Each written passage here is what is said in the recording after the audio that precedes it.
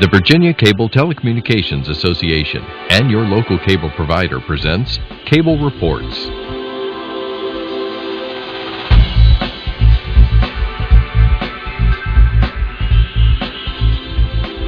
Join us now as Cable Reports brings you up to date on current issues facing the Commonwealth through discussions with your local legislators and other policymakers from across Virginia.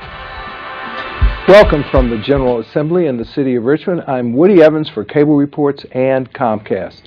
And we're pleased to have as a special guest this morning Delegate Steve Landis from the Albemarle, Charlottesville area. Welcome, sir. Glad to be here, Woody. Well, I take it that after we're mostly through the halfway mark of this short session that you're still getting concerns from constituents about jobs and the economy. Woody, that is something people do talk to us about on a regular basis, and our economy is still not growing at the rate it has in the past. Generally, Virginia's economy has grown on the average anywhere from 5 to 6%, and we're below that still, even though Virginia is doing much better than other states. So that is a concern and something we're working hard on. For the area of Charlottesville and Albemarle, one of the things I've been working on is an angel investor tax credit to try to increase that cap so there'll be additional dollars available for that credit. And the biotech industry in Charlottesville and Albemarle is really growing, and hopefully the entrepreneurs and folks that are in that business can take advantage of those. Those angels being private individuals who happen to have money that they want to invest in startups. Exactly, and you know, sometimes there's a little bit of a risk with the startup, but that will hopefully provide incentive for them to invest in biotech industries and businesses in Charlottesville and Albemarle and other parts of the state as well. I think there are a number of other initiatives brought forth by a new caucus, the Business Development Caucus, I believe, including, for example, electronic filings at the State Corporation Commission for small businesses. They have a number of initiatives that are very good, will help the small business community especially, and try to make the changes we need to do to make it easier for folks to do business in Virginia, especially small businesses. Now, you sit on a number of committees, not the least of which is the Education Committee, and you are the vice chair of that committee. Talk to us about what's going on with the governor's initiatives this session. Governor McDonnell has had a number of initiatives, especially in the K-12 area, to try to make changes. One is the teacher contract legislation that hopefully make improvements for that process. And he's also got initiatives related to obviously a pay raise that's tied to the teacher contract legislation, and the governor's budget included 2%. The House and Senate, I believe, are going to have that amount in the budget. He also has an initiative to try to look at additional compensation. It's called strategic compensation, and that is, it's working in Salem, and where the school systems can be empowered to really try to reward those teachers that see student achievement. And that ought to be our goal, is to have all the students achieving at a higher rate and making improvement. So that's a great initiative. He also has a number of other ones to deal with the schools that are really failing and have a hard time. There are about 6 in Virginia, so he has an initiative to try to, not only funding to try to help those schools, but a new system in place to really work towards trying to go in and deal with those schools if they're failing. So there are a number of initiatives, and they're all moving through the process and have gotten bipartisan support. Now, in terms of the teacher contracts, what are some of the issues that have led to the need to reform those contracts? Well, I think, one, the process had not really been looked at in a number of years, and it's interesting that the governor's gotten the support of both the School Boards Association and the Virginia Education Association for this, because they've worked through the process over the last year. But basically, we'll update that process so that teachers basically will be on a probationary period for a little bit longer, but the appeals process still allows them protections if, for some reason, a school system said, hey, we really think this isn't working out, and this is not working for you or the school system or the students. So it's really, I think, a win-win for both the school systems to try to improve the teacher that's starting out, and also provide some protection for the teacher as well. So it's a great compromise. It's, I think, going to be a good reform, and something, again, that we'll see a difference in those teachers in the first 5 years of their career. Now, there hasn't been a pay raise since 2007, I believe. Does this pay raise apply to all teachers? It will, Woody, and the catch, though, is it's tied to the contract and that legislation. We have to adopt both. The House and Senate, of course, we're still dealing with the budgets. I don't know if we'll have that requirement in there in the end result, but that is the idea. But as my local government friends know, they have to match the amount of money for their share for that 2%. And there's some concern, to be honest with you, from the local governments whether they'll be able to do that or not. So we're going to work through that process. I'm in favor of putting the money in there and providing some flexibility so if local governments don't have the funds right now to do that, then we won't mandate it. But I hope they'll be able to do it because teachers really do need that support. Now, I understand the Commonwealth has 4 charter schools. It pales in comparison to a state like Florida or a state like Louisiana. Right. And there was a resolution, meaning a constitutional amendment, which would give the State Board of Education jurisdiction over those applying to create charter schools versus local school boards. How has that fared? Well, I don't believe that's passed. I haven't checked on the Senate. In the House, it did not pass, unfortunately. And it was important because right now the Constitution, and when you look at the state constitutional scholars, we cannot allow the state to really step in if a local school board denies an application for a charter school. And most of us believe, I think, that they ought to have the first whack at it, so to speak. Local governments should determine it, should be locally driven. But if there's a legitimate reason and the public says, hey, we really want this charter school, there's really no place for them to go to appeal the process from the standpoint of the local government. And the reason the constitutional amendment was important is so the state could then step in and say, okay, we're going to review this, we're going to really look at this, and have a body like the Board of Education make a determination to make sure that everything was looked at appropriately, and more importantly that if there is a good reason that it should be put in place, then there's at least an appeals process for that those folks that support that to be able to do. Now, how is the legislation going to work dealing with allowing school districts to take over failing schools, for example? Well, what it would allow is, first and foremost, the localities obviously have many avenues to try to make improvements, but we have about 6 school systems that are really having difficulty with their schools. And what this legislation would do is put a new body in place where it's made up of legislators and involvement from the Board of Education. There would be a new institute where if a school is failing, and it needs to be taken over for a period of time, not permanently, but to get it going and to really bring it up to the level it needs to be, that this new institute can act as, if you will, a super school district for that school or those schools. And it's an interesting concept. The concern I had with the legislation, I didn't like the additional layer of bureaucracy. I think we need to do that. There needs to be some mechanism to do that, but I think it should have been vested in the Board of Education, which is our existing body. But the concept is, I think, a good one, and it's working through the process, and we'll see what the final result will be. And understand it is still somewhat difficult for parents to grade schools. There are definitions in terms of that, but the governor wants to go to something fairly simple, A through F. His legislation would not change how schools are graded from the standpoint of whether they've met and achieved the standards we have set for passing schools or accreditation and the like. But what it would do is, for the first time, really put a grade, if you will, just like we do in the classroom, or many of us will get a passing grade or not. It will rank the schools based on their accreditation status on A through F. And if obviously it's a failing school, they're not meeting accreditation standards, then they will get an F. If they're making some improvement, but they're not quite there, D and C, and then obviously B and A for the schools that are meeting and excelling. Now, how does this all relate to what's referred to as the SOLs, the standards of learning, and the SOQs, the Right. standards of quality?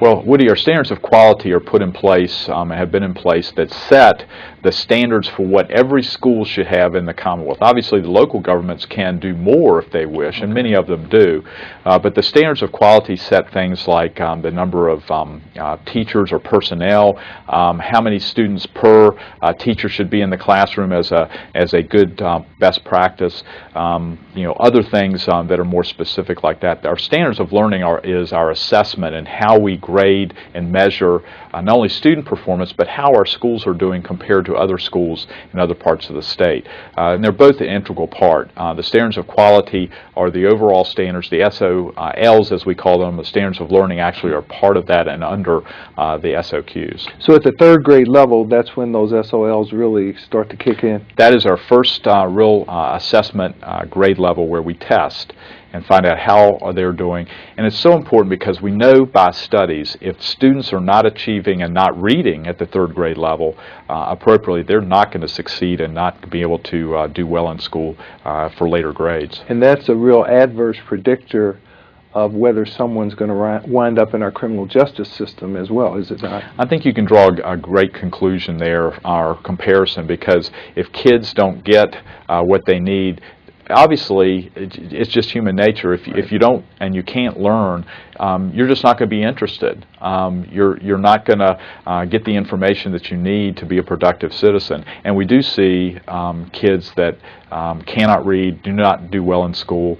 They tend to look for other means because they're not sure if they can get a good job. They can't go to college, and obviously they get in that area where they have sometimes no other alternative but to resort to crime, or they get in with a group because they don't have that self-esteem they may need because they're not doing well in school. So in other words, if you can't learn to read by the third grade level, you can't read to learn anything there afterwards. You're exactly right, and that's one thing I've been working with the governor on, to try to have some initiatives to really target making sure kids are reading at the third grade level, and also provide some flexibility this year for schools. Have a piece of legislation that we were going to actually waive some of the standards of learning requirements to give schools flexibility. There are 38 schools that are really having a tough time with students being able to read at the third grade level, and we want to target not only a waiver so that they can apply so that they don't have to meet those standards of learning at least for a couple years until they can get those students up to that grade level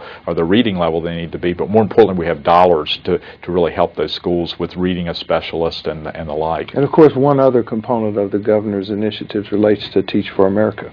It does, and Delegate Kirk Cox, a friend of mine, is championing that. He has seen students that just a direct result of students he's actually taught. He's retiring or retired this past year, was a government teacher for many years, but many of his students have gone into that program. And the great thing about it is you get recent graduates, they go out and teach in these hard to serve schools, districts where it's hard to get teachers to go into those communities because they are just tough schools. Students are not doing well. It may be a low income area that they don't have a lot of the resources that maybe some of the other schools or the districts have. Could be a locality that's having a tough time. You mentioned before we started, local governments have to fund 50% of education, and if they're not doing well and they don't have the resources, they can't put the money into the school. So these teachers will go in, these young people, to really help those kids in those schools for at least a year or two, and really hopefully make a difference in their lives. And I've found when you have a student that is close to the age of their teacher, especially if they've just graduated from college, they tend to listen to them a little bit more. And I think they understand their life experiences a lot like theirs. And so I think it's a good program. Hopefully it'll make big changes. Now what about community colleges in your district? How important are they, and what kind of a job are the community colleges doing? Well, Piedmont Virginia Community College in Charlottesville and Albemarle does a great job. Dr. Friedman and the staff and faculty there are great people. They have community colleges. I also have Blue Ridge Community College across the mountain in Weir's Cave where I live. And they do two things. They do workforce development. They work with local industry, making sure that they're preparing people for certifications and the jobs and retraining needs that are in the community. More importantly, they also prepare kids who may not be able to afford to go to a four-year institution immediately, or maybe they don't know what they want to major in. So they can take 2 years and then transfer to the University of Virginia or Virginia Tech or James Madison University. Those transfer agreements that community colleges have are great. That's the 2+2 program? Right. And they work very well. So they've got that dual responsibility: workforce training, trying to be responsive to local industry and businesses, but at the same time give kids and parents an opportunity to have an affordable mechanism to have access to higher education. And I think there's tuition assistance grants that are available as well. There are. We have a program of tuition assistance grants for the community college system, and obviously there's also other federal funds that students can apply for, and a lot of foundations have grants and scholarships out there. I know even businesses are providing that. So you can kind of put all that together. You can come up with a lot of the resources you need to pay for college, but community colleges are a lot more affordable compared to our four-year institutions. There's nothing wrong with the four-year institutions, right, but for folks that are having a tough time just making ends meet, it's a great first access to higher education. And of course, for those who've been laid off recently in this tough economy, it gives them an opportunity to get retraining. Many people go back, they say, hey, I wish I would have gotten that degree, or I wish I would have gotten a major in this. Again, they can do a retraining, to get additional skills if that's all they need. If they decide they want to go back and get a four-year degree or a two-year certificate or associate's degree, community colleges meet that need. So is the University of Virginia meeting the governor's challenge of graduating quite a few more students in STEM, science, technology, engineering, and math? They're working very hard to accomplish that, and the University of Virginia does a great job. They're really working hard to provide additional graduates in those areas that are so important for our future of our economy and for Virginia. And the other thing we're trying to do is provide additional resources so they can have additional students come into the system and provide additional state resources. We started that last year and the year before. The House budget and the Senate budget have additional resources for our four-year institutions, especially our flagship institutions right, like UVA, Virginia Tech, JMU, ODU, and George Mason. Certainly something necessary because tuition has increased markedly over the last 5 or 6 years. It has, and we're trying to moderate that by providing them additional state resources so that they do right, not have to increase their right, tuition rates. And of course, I take it that a lot of out-of-staters still help subsidize what's going on here in Virginia. Well, and we always have a debate about most of us believe that we ought to have and allow Virginians to have access first and foremost. But the out-of-state students do provide, because they pay higher tuition rates, the additional revenue sometimes that the universities and colleges of our four-year institutions actually need. So we try to balance that. We're trying to move our universities up so that they're more in-state and more in-state access to those institutions than out-of-state. And we're, I think, making improvements and seeing some significant changes along those lines. Well, I see the House of Delegates, unlike your colleagues in the Senate, were able to get a transportation bill through. Talk to us about the elements that remain from the governor's initial efforts. The compromise that the House has passed, and really at this point it looks like the only bill that has survived, and I actually supported it. There, with any piece of legislation, Woody, especially with a compromise, nothing is perfect, and I don't expect the transportation package and the end result to be perfect. But it has some key ingredients. One is looking at an alternative to the gas tax, because long-term the gas tax is not going to be able to sustain our transportation needs for maintenance and new construction. So the governor's looked at a sales tax to replace the gas tax. I think that's reasonable. All of us pay that. That's something that people would consider a consumption tax that all folks. We're looking at how we can ameliorate, maybe looking at food and some other areas where people have to have food, but they don't have to go out and buy a new flat screen TV necessarily. So we're trying to look at how that might be moderated a little bit. It has some additional fees, which I think all of us agree are taxes, but we're pretty low when you look at some of our fees related to automobiles and the like around our other comparable states. And then it also has, I think, an important component in looking at the general fund and using general fund dollars. You know, if it's a priority and transportation is a priority, then we need to make it a priority. Yes, we need additional revenue, but I think we can also look at our state budget and say, okay, we need to put a little bit more from the general fund. The tax dollars we're already paying, in addition to, you know, possibly asking folks to replace the gas tax with that sales tax. So those are the main components. Now, added to it, as I understand it, is a provision that won't allow the governor to unilaterally, at least, implement more toll roads south of Fredericksburg. Yes, 95 and the tolling on 95 has been very important to many of my colleagues in the corridor. You know, 81 for many years we've had the provision that you have to come to the legislature, any administration does, if they want to toll 81, and I thought that was fair. We ought to have some say because we represent the majority of the folks that obviously live and work along those interstate highways. I thought it was fair to put that requirement in and say, hey, you can't just put tolls on I don't think you should be able to do it on any interstate system unless the legislature agrees to that. And tolling in certain areas, you know, makes sense and is appropriate for certain kinds of transportation needs or infrastructure that you've got to build. But obviously the concern to get the support for this compromise, the 95 corridor folks made it pretty clear that they cannot support it if that was going to be part of the package. And I understand there are a few members who happen to still work their farms, and the diesel fuel was going to remain, which would have an adverse impact on their operation of their equipment.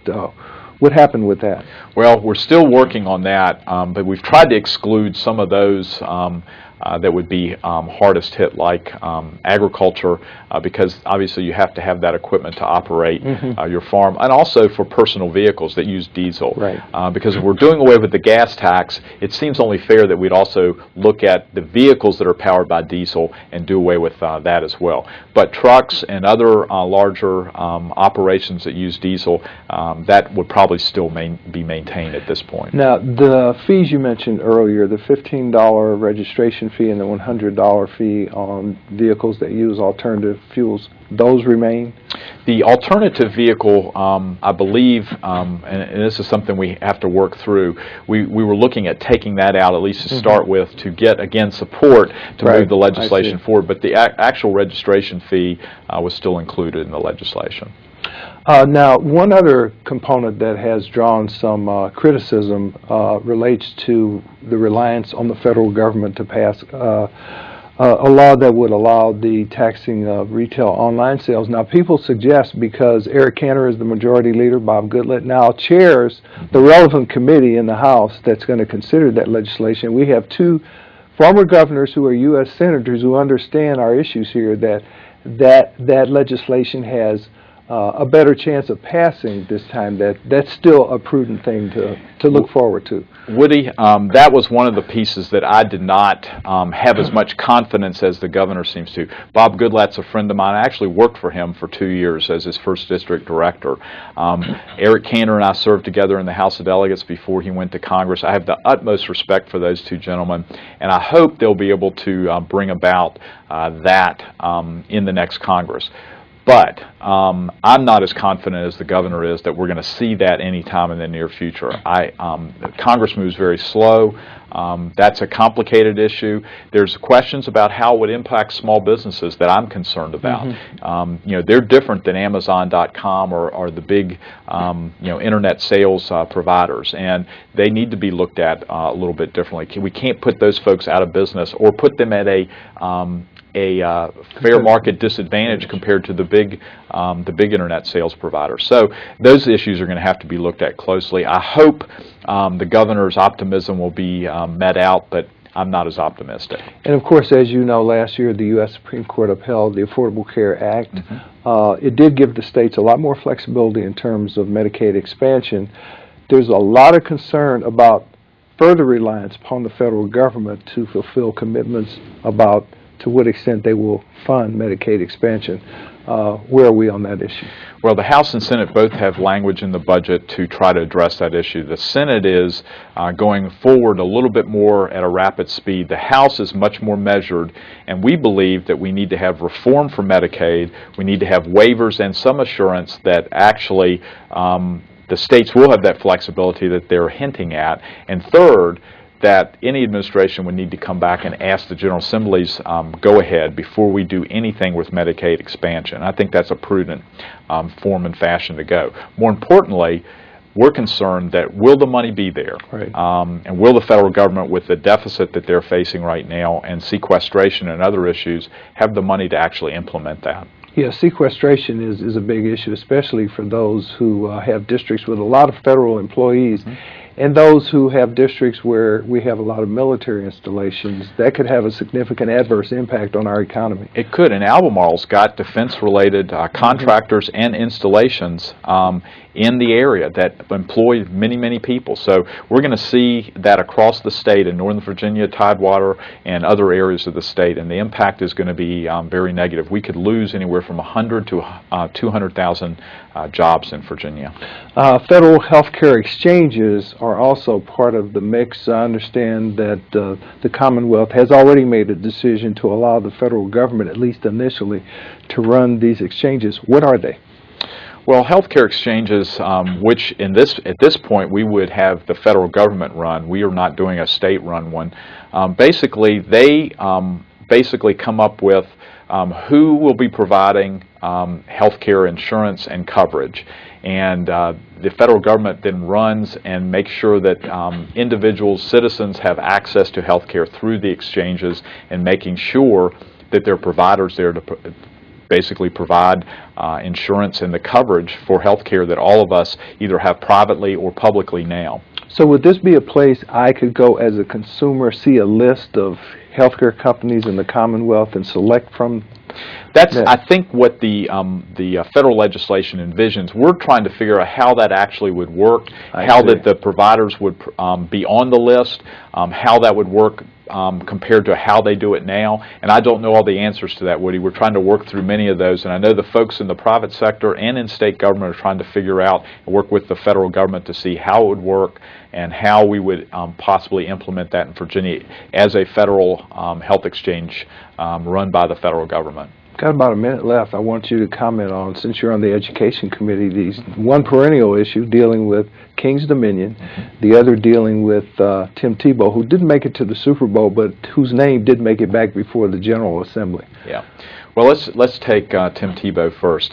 Delegate Rob Bell, a friend of mine who represents part of Albemarle and Rockingham counties, I share both parts of both counties as well, has had the legislation to allow homeschoolers to basically participate in high school sports. Last year, the House, with an amendment that I actually put forward, would say, yes, we can do that, but we're going to try it for 5 years to see what the impact. That the opponents have always said it's going to have a negative impact on our schools, is unfair from the standpoint of competition, and I think a lot of us have just said, come to the conclusion, well, let's try it to see what the impact would be, and then go from there. We'll have to stop it there. I don't think anything's going to happen on the King's Dominion law this session. No, not at all. Thank you for being here, Delegate Steve Landis. Thank you, Woody. Thank you for watching Cable Reports, brought to you by the Virginia Cable Telecommunications Association and Comcast. Until next time, I'm Woody Evans.